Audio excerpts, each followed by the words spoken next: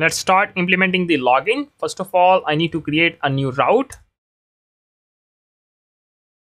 User router dot post, and the path should be login. I need to have action user controller. I did not create the login action. Let's create inside the user controller.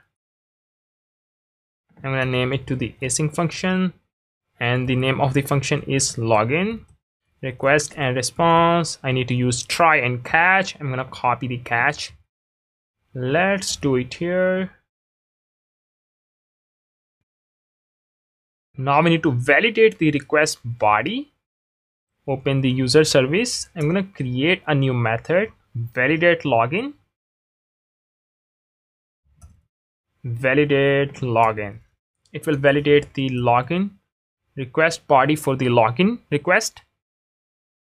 I have only two properties, email and password.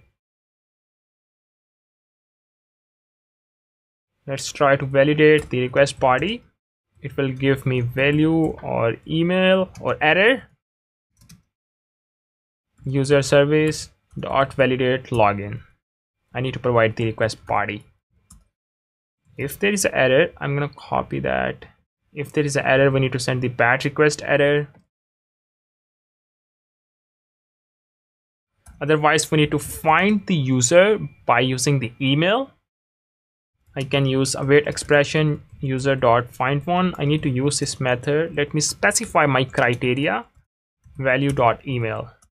If there is a no user, we need to send the not found error.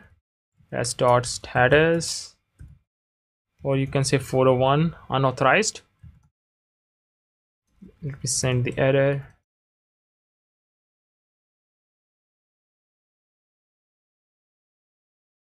You can also send the error in JSON format. Error is unauthorized.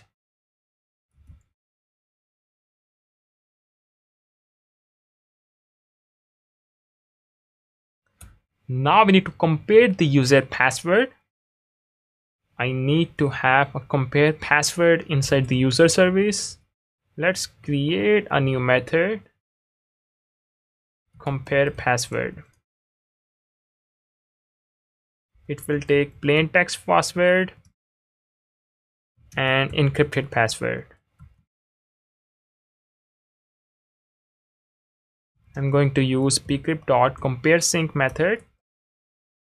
First, we need to provide the plain text, and then we need to provide the encrypted password. It will give me the Boolean value. Oops, plain text. Let's try to use this method here. Authenticated user service dot compare password.